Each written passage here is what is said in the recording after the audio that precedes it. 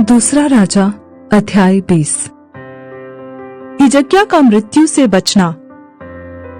उन दिनों में हिजकिय्याह ऐसा रोगी हुआ कि मरने पर था, और आमोस के पुत्र यशायाह भविष्यद्वक्ता ने उसके पास जाकर कहा, यहोवा यह कहता है कि अपने घराने के विषय जो आज्ञा देनी हो वह दे, क्योंकि तू नहीं बचेगा, मर जाएगा।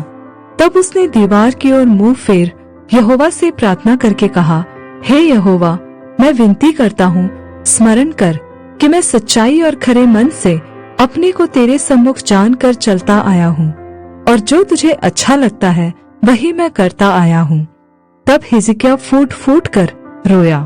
तब ऐसा हुआ कि यशायाह आंगन के बीच तक जाने भी न पाया था कि यहोवा का यह वचन उसके पास पहुंचा, लौट कर मेरी प्रजा के प्रधान हिजकिय्याह से कह कि तेरे मूल पुरुष दाऊद का परमेश्वर यहोवा यह कहता है कि मैंने तेरी प्रार्थना सुनी और तेरे आंसू देखे हैं। देख, मैं तुझे चंगा करता हूँ। परसों तू यहोवा के भवन में जा सकेगा।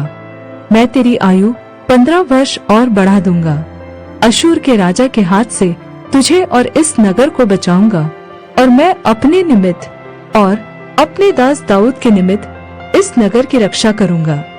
तब यशायाह ने कहा, अंजीरों की एक टिकिया लो।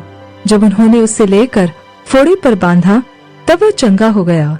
हिजकिय्याह ने यशायाह से पूछा, यहोवा जो मुझे चंगा करेगा और मैं परसों यहोवा के भवन को जा सकूंगा, इसका क्या चिन्ह होगा? यशायाह ने कहा, यहोवा जो अपने कहे हुए वचन को पूरा करेगा, इस बात का यहोवा की ओर से तेरे लिए यह चिन्ह होगा कि धूप घड़ी की छाया 10 अंश आगे बढ़ जाएगी या 10 अंश घट जाएगी।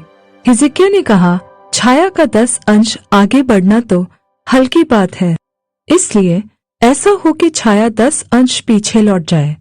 तब यशायाह भविष्यद्वक्ता ने यहोवा को पुकारा, और आहाज की धूप घड़ी की छाया जो 10 अंश ढल चुकी थी, यहोवा ने उसको पीछे की ओर लौटा दिया। हिजकिय्याह का गर्व और उसका दंड। उस समय बलदान का पुत्र बरोदक, बलदान जो बाबेल का राजा था, उसने हिजकिय्याह के रोगी होने की चर्चा सुनकर उसके पास पत्री और भेंट भेजी। उनके लाने वालों की मानकर हिजकिय्याह ने उनको अपने अनमोल पदार्थों का सब भंडार और चांदी और सोना और सुगंध द्रव्य और उत्तम तेल और अपने हथियारों का पूरा घर और अपने भंडारों में जो जो वस्तुएं थी वे सब दिखाई। हिजकिय्याह के भवन और राज्य भर में कोई ऐसी वस्तु न रही जो उसने उन्हें न दिखाई हो। तब यशायाह भविष्यद्वक्ता ने हिजकिय्याह राजा के पास जाकर पूछा, वे मनुष्य क्या कह गए और कहाँ से तेरे पास आए थे? हिजकिय्याह ने कहा, वे तो दूर देश से अर्थात बाबेल से आए थे। फिर उसने पूछा, तेरे भवन में उन्होंने क्या क्या देखा है? हिजकिय्याह ने कहा, जो कुछ मेरे भवन में है वह सब उन्होंने देखा। मेरे भंडारों में कोई ऐसी वस्तु नहीं जो मैंने उन्हें न दिखाई हो। तब यशायाह ने हिजकिय्याह से कहा, यहोवा का वचन सुन ले। ऐसे दिन आने वाले हैं जिनमें जो कुछ तेरे भवन में है और जो कुछ तेरे पुरखाओं का रखा हुआ आज के दिन तक भंडारों में है, वह सब बाबेल को उठ जाएगा।